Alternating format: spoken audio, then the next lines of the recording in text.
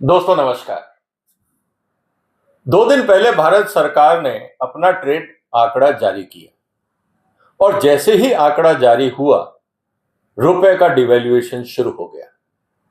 सरकार का यह कहना था कि भारत के एक्सपोर्ट्स बहुत बढ़ गए हैं, लेकिन अगर ऐसा है तो रुपए में गिरावट क्यों शुरू हुई और फिर घाटा क्यों हो रहा है अगर सब कुछ ठीक चल रहा है तो? दोस्तों, आज हम इसी की चर्चा करेंगे कि सरकार ने जो आंकड़े जारी किए हैं, उन्हीं आंकड़ों को हम रेफर करेंगे, उसी डॉक्यूमेंट को हम रेफर करेंगे, उसी को ही हम एनालाइज करेंगे और सच जानने का प्रयास करेंगे कि जो सरकार कह रही है उसके पीछे सच्चाई क्या है, या हमें आधी बात बताई जा रही है और जो ज्यादा चिंताजनक बातें हैं उसकी चर्चा ना मंत्रालय कर रहे हैं, ना प्राइम मिनिस्टर ऑफिस कर रहा है और ना मीडिया कर रहा है, लेकिन वो चेतावनी हमें गिरते हुए रुपए में दिख रही है। तो दोस्तों, इस वीडियो को अंत तक देखिएगा, सारे आंकड़े मैं आपके सामने रखूंगा। उसके बाद जो साथी ये बोलते हैं कि मैं नेगेटिविटी फैला रहा हूं, मैं आपके सामने आंकड़ा रख रहा हूं, उसके बाद आप खुद एनालाइज कर लीजिए कि उसमें पॉजिटिव कितना है और नेगेटिव कितना है। याद रखिएगा, ये आंकड़े मेरे नहीं हैं, ये भारत सरकार के द्वारा जारी किए गए आंकड़े हैं, इसीलिए इसको ध्यान से देखना जरूरी है। तो दोस्तों, जो सवाल इस बात का है इस समय कि अगर भारत के एक्सपोर्ट्स बढ़ रहे हैं तो फिर घाटा क्यों बढ़ रहा है, इस बात को समझना जरूरी है। इसीलिए निवेदन है कि आप इस चैनल को सब्सक्राइब करिए। तथ्यों के आधार पे फैक्चुअल इंफॉर्मेशन हम आपसे डिस्कस करते हैं, चाहे आप व्यापार में हो, बिजनेस में हो, स्टूडेंट हो, पॉलिसी मेकर हो, बैंकर हो या एक जागरूक नागरिक हो। सच्चाई जानने का अधिकार सबको है। बाद में इंटरप्रिटेशन या आप अपनी अनुभव और सोच के हिसाब से उसको पॉजिटिव बोले या नेगेटिव बोले, ये मैं आप पे छोड़ता हूं। अब सरकार का क्या कहना है दोस्तों? सरकार का यह कहना है कि हमारे एक्सपोर्ट बढ़ रहे हैं, लेकिन स्थिति यह है कि जो हमारा व्यापारिक घाटा है वो भी तेजी से बढ़ रहा है। इनफैक्ट जिस रफ्तार से एक्सपोर्ट बढ़ रहे हैं उससे ज्यादा रफ्तार से हमारा व्यापारिक घाटा बढ़ रहा है, और यही चिंता की बात है और यही कारण है कि हमारा रुपए तेजी से गिर रहा है। अब इसको और हम डिटेल में जानने का प्रयास करते हैं। भारत का जो एक्सपोर्ट है वो 16% की दर से बढ़ा है, अच्छी खबर है। लेकिन आज अगर हम बात करें तो $232 बिलियन का एक्सपोर्ट आंकड़ा पार हो गया। हमारा एक्सपोर्ट बढ़ा है 16%, लेकिन व्यापारिक घाटा बढ़ा है 26%। अब मुझे यह बताइए कि अगर एक्सपोर्ट बढ़ रहा है तो व्यापारिक घाटा तो कम होना चाहिए था, लेकिन व्यापारिक घाटा क्यों बढ़ा, इस पे भी सोचना जरूरी है। इसका मतलब यह है कि why we are importing more than ever। कहने का मतलब यह है कि हम एक्सपोर्ट तो बढ़ाने का प्रयास कर रहे हैं, लेकिन हमारा आयात एक्सपोर्ट से ज्यादा बढ़ रहा है। Imports are rising faster than exports. इससे चिंता की बात यह है कि इवन भारत का जो बाजार है, भारत के जो कंज्यूमर्स हैं, वो भी इंपोर्टेड प्रोडक्ट कंज्यूम कर रहे हैं। अब आप कहेंगे कि तेल के दाम बढ़ गए, उस सवाल को जरा अगले 2-3 मिनट के लिए होल्ड करिए, उसका भी जवाब मैं आपको देने वाला हूं। क्या वास्तव में यह सच्चाई है या सच्चाई कुछ और है? थोड़ा सा सब्र करिए, आपको सारे जवाब मिल जाएंगे। मैं आपके सामने जो ट्रेड का रिपोर्ट कार्ड है जो भारत सरकार ने जारी किया है वो रख रहा हूं। भारत सरकार ने यह कहा है कि हमारा जो एक्सपोर्ट है वो 16% बढ़ा है, अच्छी बात है, लेकिन जो हमारा आयात है वो 20% बढ़ा। अगर मान लीजिए ये भी 16 बढ़ता तो हम सोचते कि चलो रॉ मटेरियल आया, उसमें वैल्यू एडिशन करके हमने भेज दिया। हमारा जो इंपोर्ट है वो एक्सपोर्ट से ज्यादा तेजी से बढ़ रहा है। इसका मतलब यह है कि हमारे यहाँ जो उद्योग धंधे हैं वो भी बंद हो रहे हैं, और जो गैप क्रिएट हो रहा है वो इंपोर्ट से हो रहा है। इसका मतलब भारतीय बाजार में भारतीय कंज्यूमर्स भी इंपोर्टेड प्रोडक्ट को ही कंज्यूम कर रहे हैं, जबकि होना यह चाहिए था कि जितना हमारा एक्सपोर्ट बढ़ रहा है उससे कम रफ्तार में इंपोर्ट बढ़ना चाहिए था, लेकिन उल्टा हो रहा है। इसका मतलब यह है कि जो हमारा घाटा है वो करीब 26% से ऊपर जा चुका है। इस बात को हमें समझना होगा। अब ये 26% जो व्यापारिक घाटा है ये डॉलर में होता है। अब ये इतना डॉलर अगर हम ये देखें 3 महीने में 20 बिलियन डॉलर हमें एक्स्ट्रा चाहिए इंपोर्ट को फंड करने के लिए। 20 बिलियन डॉलर कहां से आएगा? क्या हमने कुछ ज्यादा एक्सपोर्ट किया? अगर किया होता तो यहां दिखता। क्या हमारे पास रेमिटेंस आएंगे 20 बिलियन डॉलर, या भारत को 20 बिलियन डॉलर बाजार से खरीद के चुकाने होंगे? और यही कारण है कि रुपया गिर रहा है। इस बात को समझिएगा। हम सर्विस एक्सपोर्ट्स की बात करते हैं कि हमारा आईटी सेक्टर बहुत बढ़िया है, सब कुछ है, अच्छी बात है। 6% हमारा एक्सपोर्ट बढ़ा, लेकिन सर्विस इंपोर्ट 9% बढ़ा। इसका मतलब यह है कि आईटी और बाकी क्षेत्रों में जहां हम भारत को सर्विसेज इकोनॉमी बोलते थे और सुपर पावर बोलते थे, वहां भी गेम बदल रहा है। हमारा इंपोर्ट एक्सपोर्ट से ज्यादा तेजी से बढ़ रहा है। इसका मतलब यह है कि जो हमारा टोटल एक्सपोर्ट्स है, अगर हम दोनों को जोड़ दें तो करीब 11%, 11.5% के आसपास है। और अगर हम इंपोर्ट देखें तो हमारे को करीब 17-18% के हिसाब से हमारा इंपोर्ट बढ़ रहा है।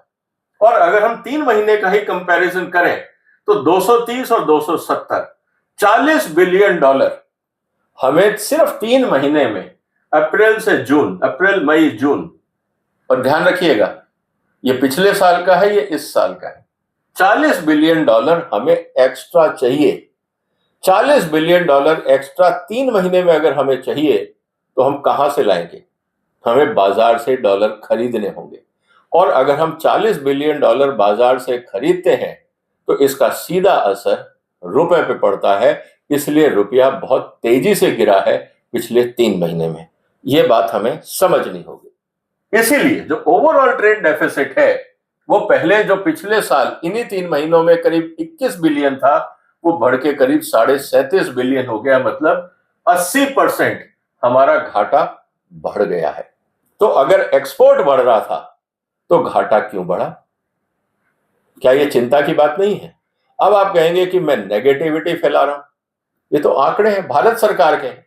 अगर आपको लगता है कि नहीं ये देश की तरक्की दिखा रही है, बहुत अच्छी बात है, आप भी खुश हो जाइए। लेकिन मैं तो खुश नहीं, क्योंकि मेक इन इंडिया हम 2014-15 से चालू रखा हुआ है। हमने इतने सारे पॉलिसी रिफॉर्म्स किए, करीब 150 से ज्यादा स्कीमें दी, रोज कोई ना कोई घोषणा किसी ना किसी मंत्रालय से हो रही है। उसके बाद स्थिति यह है कि घाटा 80% बढ़ गया। तो समझिए हो क्या रहा है? क्या सिर्फ घोषणाएं हो रही हैं या वास्तव में जमीनी हकीकत में कोई काम हो रहा है? अब हम किन चीजों का एक्सपोर्ट करते हैं इसको भी समझ लेते हैं। हम बात कर रहे हैं cereals, handicrafts, meat and dairy, iron ore, ये सब रॉ मटेरियल है। इसके अलावा और अगर हम देखें राइस, मेराइन प्रोडक्ट, ये सब कमोडिटीज हैं। इनमें आपको मार्जिन नहीं मिलता। अच्छी बात यह है कि हमारे यहां पे James and jewelleries, engineering goods, chemicals, electronics, ये 4 सेक्टर का एक्सपोर्ट बढ़ा है। ये एक अच्छी बात है, लेकिन इसके पीछे भी एक खतरनाक सच छुपा हुआ है। उसको भी हम जानने का प्रयास करते हैं। सबसे पहले हम ये देखते हैं कि हम इंपोर्ट कर कहां से हैं। Russia, China, Oman, USA, Brazil, ये ज्यादातर हम क्रूड, मतलब या तो खाने का तेल या ईंधन, ये 2 चीजें हम लगातार इंपोर्ट कर रहे हैं। ब्राजील से हमारे पास क्रूड भी आ सकता है और खाने का तेल भी आ सकता है। यही स्थिति रशिया से है, मतलब कि ईंधन है। चाइना से हम सारी बाकी चीजें मंगा रहे हैं, ईंधन ओमान से आ रहा है, और यूएसए से खाने का तेल और ईंधन दोनों आ सकते हैं। अब सच्चाई क्या है, थोड़ा सा पहले हम इसको समझ लेते हैं। सच्चाई क्या है इसको ध्यान से देखिएगा दोस्तों। Export growth is not manufacturing strength. अगर आपका एक्सपोर्ट बढ़ रहा है इसका मतलब ये नहीं है कि आपका मेक इन इंडिया सक्सेसफुल हुआ है। इसकी सच्चाई कुछ और है। एक एक करके हम सेक्टर वाइज उसको एनालाइज करते हैं। पहला, इलेक्ट्रॉनिक्स। हम स्मार्टफोन एक्सपोर्ट कर रहे हैं, लेकिन हम क्या इंपोर्ट कर रहे हैं? उसी स्मार्टफोन में लगने वाले semiconductors, camera, display panel, memory chips, electronic components. Domestic value addition is very very limited. अब हम बात करते हैं, हमारा दूसरा सबसे इंपॉर्टेंट एक्सपोर्ट है पेट्रोलियम प्रोडक्ट्स। हम कच्चा लाते हैं, रिफाइन करके एक्सपोर्ट कर देते हैं। तो इसमें भी हमारा डोमेस्टिक रॉ मटेरियल नहीं है, इंपोर्ट करते हैं और जो बंदरगाह पे हमारी रिफाइनरीज हैं उन पे हम रिफाइन करते हैं और एक्सपोर्ट कर देते हैं। एक हमने देखा ज्वेलरी मटेरियल्स। हम ज्वेलरी एक्सपोर्ट करते हैं, लेकिन उसके लिए जितने भी गोल्ड और डायमंड्स की जरूरत होती है वो सब इंपोर्ट करते हैं। इस बात को समझना होगा। इसी तरह से जो हम अपने आप को फार्मास्यूटिकल इंडस्ट्री में सुपर पावर बोलते हैं, उसके भी जो एक्टिव फार्मास्यूटिकल इंग्रेडिएंट्स हैं वो भी काफी हद तक हम इंपोर्ट कर रहे हैं। हम जो बना रहे हैं वो जेनेरिक कमोडिटीज बना रहे हैं। जो स्पेशलिटी केमिकल्स हैं आज भी हम चाइना से और यूरोप से या अमेरिका से इंपोर्ट कर रहे हैं। इस बात को हमें समझना होगा। तो अगर हम इंपोर्ट कंपोनेंट देखें कि किस एक्सपोर्ट के अंदर कितना इंपोर्ट कंपोनेंट है, तो एक एक करके हम ये देख सकते हैं। सेमीकंडक्टर हम 90% इंपोर्ट कर रहे हैं, जिसको हम कह रहे हैं कि हम एक्सपोर्ट कर रहे हैं मोबाइल के रूप में। इलेक्ट्रॉनिक्स में 55 से 75% इंपोर्टेड कंपोनेंट है। सोलर इक्विपमेंट में 70 से 80%। हमने इतना बड़ा सोलर पावर सिस्टम लगा दिया हिंदुस्तान में, एक्चुअली हमने चाइना का फायदा किया, भारत का नहीं, क्योंकि 70 से 80% तो हमने चाइना से इंपोर्ट किया। ज्वेलरी में 75 से 90% हम सिर्फ लेबर दे रहे हैं। Gold, diamond, precious metal, material, stone सब बाहर से आ रहे हैं। पेट्रोलियम प्रोडक्ट्स 80 से 90% हम क्रूड आयात कर रहे हैं, रिफाइन करके एक्सपोर्ट कर रहे हैं। हमारे जो फार्मास्यूटिकल इंग्रेडिएंट्स हैं वो करीब 25 से 40% हम आयात करके एक्सपोर्ट कर रहे हैं। इंजीनियरिंग गुड्स में 25 से 40% कंपोनेंट्स हम आयात करते हैं और फिर हम एक्सपोर्ट करते हैं। ऑटोमोबाइल्स भी हमारी 25 से 20 से 35% इंपोर्ट है और फिर हम उस बात को कह रहे हैं कि हम एक्सपोर्ट कर रहे हैं। इसका मतलब जब हमारे एक्सपोर्ट बढ़ते हैं तो हमारा इंपोर्ट भी बढ़ जाता है, पहली बात। दूसरा, ये सारी चीजें भारत में भी कंज्यूम होती हैं, क्योंकि ये खपत भारत में भी है। तो जब भारत में ये रॉ मटेरियल बन नहीं रहा, ये कंपोनेंट्स बन नहीं रहे, तो क्या होगा? एक्सपोर्ट के साथ साथ भारत के बाजार को भी फीड करने के लिए हमें आयात करना पड़ेगा। तो जो आयात हो रहा है वो हमारे एक्सपोर्ट्स और डोमेस्टिक मार्केट दोनों के लिए हो रहा है, इसीलिए जो हमारा घाटा है वो बढ़ रहा है। अब और चिंता की बात क्या है कि हम कहेंगे कि साहब पेट्रोल के दाम बढ़ गए। इस चीज को ध्यान से देखिएगा। हमारा जो पेट्रोल एक्सपोर्ट्स है, या जो हम बात करते हैं कि साहब हमारा घाटा क्योंकि पेट्रोल इंपोर्ट हो रहा है, इससे हो रहा है, इसमें एक खतरनाक सच और ये है कि जो हमारा नॉन पेट्रोलियम इंपोर्ट है, पेट्रोल के अलावा जो इंपोर्ट है, वो ज्यादा तेजी से बढ़ रहा है। अगर आप यहां देखें, 95 से हम 106 पे पहुंचे हैं पेट्रोलियम में, नॉन पेट्रोलियम एक्सपोर्ट्स में, और नॉन पेट्रोलियम इंपोर्ट्स में हम 130 से 155 पे पहुंच गए। तो ये जो $25 बिलियन का जो एडिशनल इंपोर्ट बढ़ा है, नॉन पेट्रोलियम इंपोर्ट्स मतलब ईंधन के अलावा, चाहे वो मशीनें हैं, मोबाइल्स हैं, पार्ट्स हैं, टेक्सटाइल हैं, फूड है, जो भी है, हमारा नॉन पेट्रोलियम जो इंपोर्ट है वो बहुत तेजी से बढ़ रहा है। इसका मतलब ये है कि जो मेक इन इंडिया से उम्मीदें थी वो कामयाब नहीं हो रही है। और वो कामयाब क्यों नहीं हो रही है, इसको समझना इसलिए जरूरी है कि ये स्ट्रक्चरल प्रॉब्लम है। ये सिर्फ पॉलिसी प्रॉब्लम या टैक्सेशन प्रॉब्लम नहीं है, ये स्ट्रक्चरल प्रॉब्लम है। आपके कानून गलत है, आपके यहां पे मैन पावर नहीं है, आप कितना भी बोल दीजिए, कितनी डिग्री आप बांट रहे हो, स्किल सेट नहीं है, इंफ्रास्ट्रक्चर नहीं है, करप्शन है, जुडिशियल डिलेज हैं, बाकी प्रॉब्लम्स हैं, बाकी प्रोसीजरल डिलेज हैं। इसीलिए मैं कह रहा हूं ये स्ट्रक्चरल प्रॉब्लम है, ये सब प्राइस का खेल नहीं है। तो अगर प्रधानमंत्री जी स्ट्रक्चरल प्रॉब्लम ही एड्रेस नहीं कर पा रहे हैं, तो फिर पॉलिसीज का मतलब क्या है? पॉलिसी होती है स्ट्रक्चरल प्रॉब्लम को हटाने के लिए, पॉलिसीज प्राइस मैनिपुलेशन के लिए नहीं होती। तो जब तक स्ट्रक्चरल प्रॉब्लम नहीं हटेंगी, मतलब जब तक हम इफेक्टिव पॉलिसी नहीं बनाएंगे, प्रॉपर इन्वेस्टमेंट नहीं करेंगे, हमारे यहां पे सुधार नहीं करेंगे, तब तक स्थिति सुधरने वाली नहीं है। और उसका एक पैरामीटर यह है, मुझे बताइए कितने एमएसएमई ग्रो किए, कितनी स्मॉल मीडियम एंटरप्राइजेस ग्रो करी हैं। अगर सरकार ने एमएसएमई पे ईमानदारी से ध्यान दिया होता तो ये इंपोर्ट नहीं बढ़ता, ये इंपोर्ट की जगह भारत में उत्पादन होता, लोगों को रोजगार मिलता और विदेशी मुद्रा की बचत होती। अगर लोगों को रोजगार नहीं मिल रहा है और इंपोर्ट बढ़ रहा है, इसका मतलब यह है कि भारत का जो एमएसएमई सेक्टर है वो एक चिंताजनक स्थिति में है। अब कोई इसको माने या ना माने, अब आप बोलेंगे साहब ये नेगेटिविटी है, तो आप अपना एनालिसिस हमारे साथ शेयर कर सकते हैं कि किस तरह से हम इसको पॉजिटिव वे में देखें। इसका मतलब यह है कि जो करंट अकाउंट डेफिसिट है वो इसलिए चिंता की बात बढ़ गया है क्योंकि $40 बिलियन तो 3 महीने में घाटा बढ़ गया। अब सोचिए कि आने वाले अभी हमें 9 महीने और इंतजार करना है, मतलब 3 पखवाड़े और होगा क्या, 3 क्वार्टर अगर हम और जोड़ दें तो $120 बिलियन तो आज की स्थिति दिख ही रही, इतना तो हमारा घाटा हो जाएगा। और ये जो घाटा है $120 बिलियन का, जबकि ऑन एन एवरेज 220-230 बिलियन होता है भारत का घाटा, अगर गल्फ वॉर के कारण, ईरान वॉर के कारण अगर ये घाटा बढ़ता है तो रुपया 100 के करीब पहुंच जाएगा।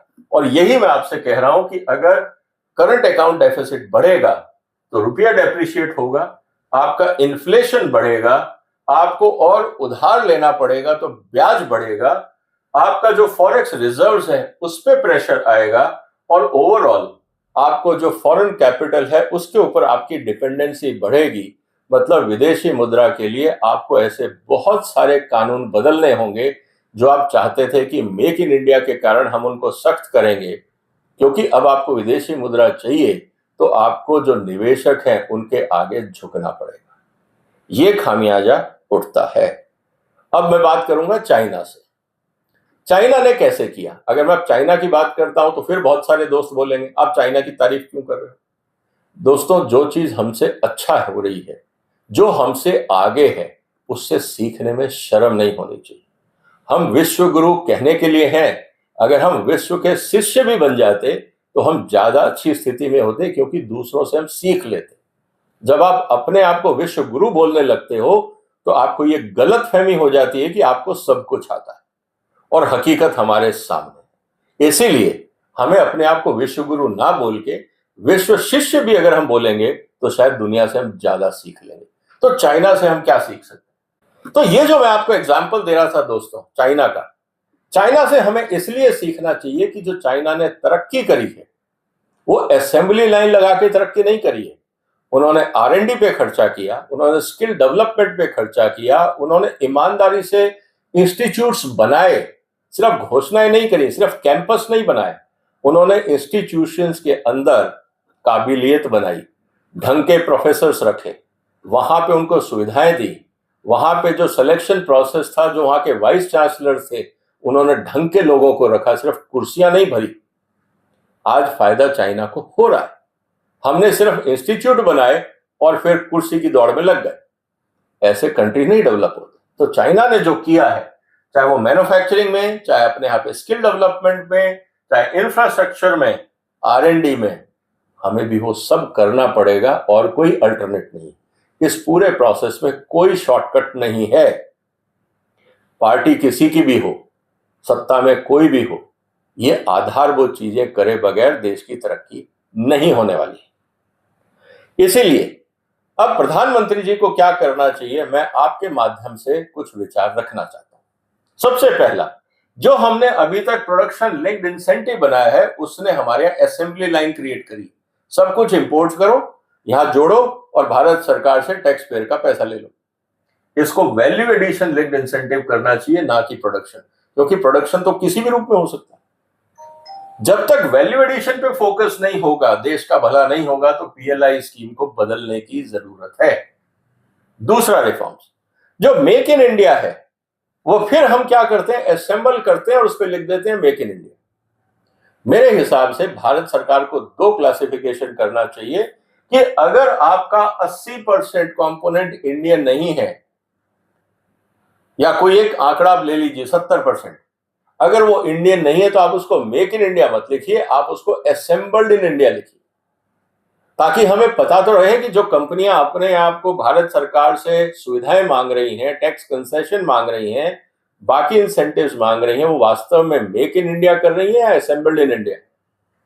जब तक हम ईमानदारी से ट्रांसपेरेंसी नहीं लाएंगे तब तक देश का भला नहीं होगा।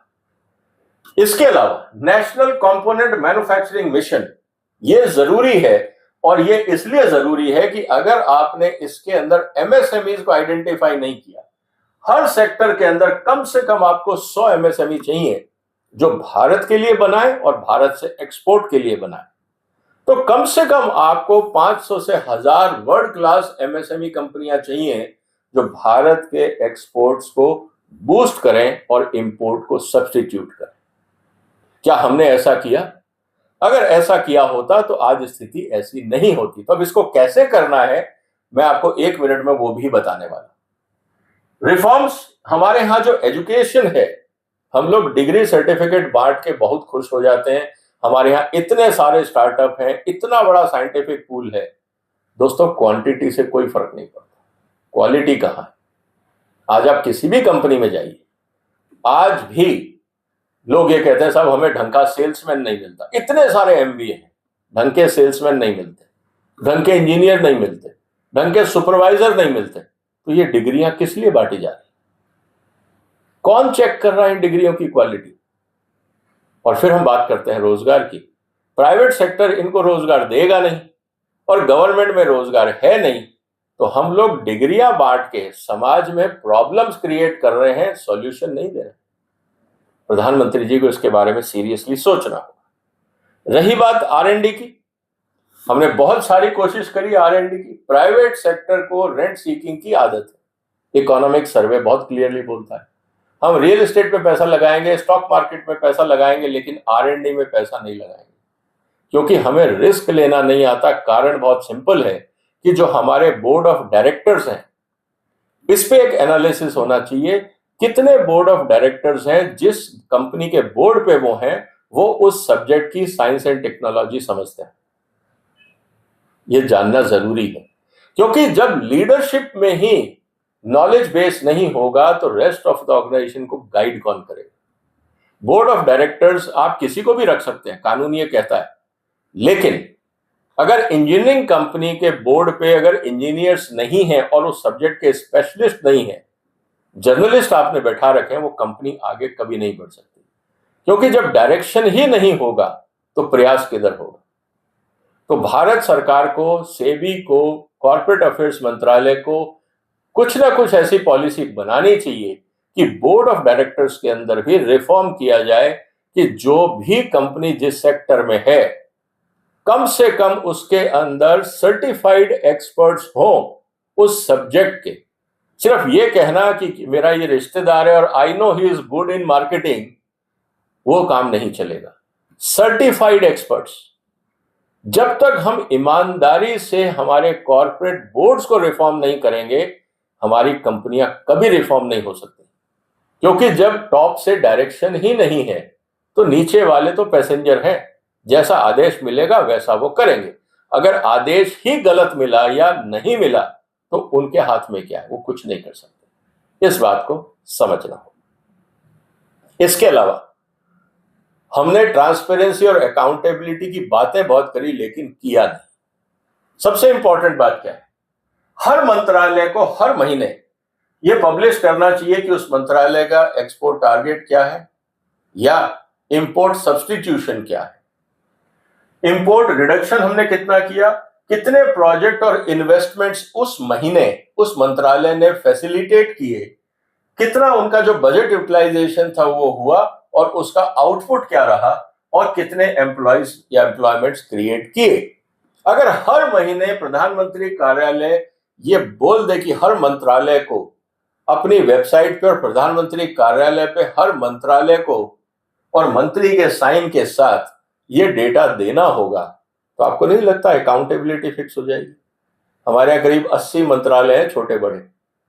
अगर 80 मंत्री ये जवाब देने लग गए और 40 ने भी काम करना शुरू कर दिया, तो आपको नहीं लगता कि मेक इन इंडिया में सुधार आ जाएगा? लेकिन क्या ऐसा ट्रांसपेरेंसी का प्रयास किया गया प्राइम मिनिस्टर ऑफिस द्वारा? मैंने तो नहीं देखा। और अगर उन्होंने कहा कि नहीं, हमारा इंटरनल सिस्टम है रिव्यू का, तो उसको सार्वजनिक क्यों नहीं किया जाता? अगर अच्छी खबर है तो सार्वजनिक कर दीजिए, और अगर आप रिव्यू कर रहे हैं और अच्छी खबर नहीं है तो फिर सवाल ये उठेगा कि आपने कार्रवाई क्या करी स्थिति को सुधारने के लिए? तो कभी ना कभी पब्लिक प्रेशर से मंत्रालय काम करना शुरू कर देंगे, इस बात को भी हमें समझना होगा। इसका मतलब यह है कि जो हमारे सक्सेस इंडिकेटर्स हैं वो सिर्फ जीडीपी और एक्सपोर्ट नंबर नहीं हो सकते। तो हमें क्या करना होगा? डोमेस्टिक वैल्यू एडिशन कितना हुआ, इंडियन पेटेंट्स कितने हुए जो कमर्शियलाइज हुए, फाइलिंग नहीं, कमर्शियलाइजेशन, मैन्युफैक्चरिंग प्रोडक्टिविटी बेंचमार्किंग, किस देश के मुकाबले हम आगे गए, हमारी टेक्नोलॉजी एक्सपोर्ट्स हुई या हम सिर्फ कमोडिटी एक्सपोर्ट कर रहे हैं, हमने कुछ ग्लोबल ब्रांड क्रिएट किए या नहीं किए, हमारा करंट अकाउंट डेफिसिट बढ़ा या घटा, इंपोर्ट डिपेंडेंसी बढ़ी या घटी, एम्प्लॉयमेंट कितना जनरेट हुआ, और इनोवेशंस में हमने ऐसे कौन से प्रोडक्ट भारत में लॉन्च किए जिसका एक लिस्ट जारी होना चाहिए। तो कहने का मतलब यह है दोस्तों कि हमें अपनी जो मार्केट है उसमें ये फोकस करना पड़ेगा कि more domestic value from each dollar of exports. जब हम $1 एक्सपोर्ट करते हैं और उसमें अगर 90% इंपोर्ट कंपोनेंट है तो उसको कम आंका जाए। हमें यह देखना पड़ेगा कि जितना हमने एक्सपोर्ट किया उसमें डोमेस्टिक कंपोनेंट कितना था, उस हिसाब से सरकार को एक्सपोर्ट इंसेंटिव देने चाहिए। अगर जितना मान लीजिए आपका 90% इंपोर्ट कंपोनेंट है एक्सपोर्ट में, तो जो आप इंसेंटिव दे रहे हो उसमें 90% काट दीजिए। अगर उसमें 10% इंपोर्टेड कंपोनेंट है तो आप सिर्फ 10% बेनिफिट काटिए, 90% उसको पास ऑन करिए। तो जब तक आप उसको लिंक नहीं करोगे तो घोड़े गधे सब बराबर है।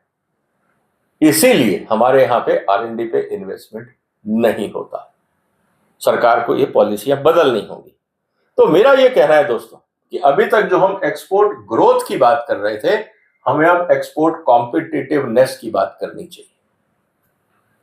सिर्फ ये कहना कि इतने $1 बिलियन का हमारा एक्सपोर्ट बढ़ गया, इसका कोई मतलब नहीं, क्योंकि हमने ये देखा भारत सरकार के आंकड़े से कि हम एक्सपोर्ट जितना बढ़ा रहे हैं हमारा घाटा उतना बढ़ता जा रहा है, और ये चिंता की बात है। इसको हमें एड्रेस करना होगा, अन्यथा आर्थिक स्थिति की चुनौतियां बहुत तेजी से बढ़ेंगी। तो दोस्तों, जो भी आपके सुझाव हों कमेंट बॉक्स में लिखिए, इस स्थिति को कैसे बदला जा सकता है। मैं इसके बाद एक प्राइम मिनिस्टर ऑफिस के लिए पॉलिसी पेपर भी लिखूंगा, भेजूंगा, और मेरी वेबसाइट या लिंक्डइन के ऊपर आप उसको देख भी सकते हैं, जो डिटेल्ड एनालिसिस में भेजने वाला। उम्मीद है आपको ये चर्चा पसंद आई होगी। इस वीडियो को शेयर करिए, दोबारा देखिए और देखिए कि आप जिस क्षेत्र में काम कर रहे हैं वहां पे हमारी इंपोर्ट डिपेंडेंसी कितनी है, उसको कम करने के लिए क्या किया जाए। जो भी आपके विचार हो, सुझाव हो, कमेंट बॉक्स में लिखिए, वीडियो को शेयर करिए, चैनल को सब्सक्राइब करिए। फिर मुलाकात होगी एक और महत्वपूर्ण मुद्दे के साथ।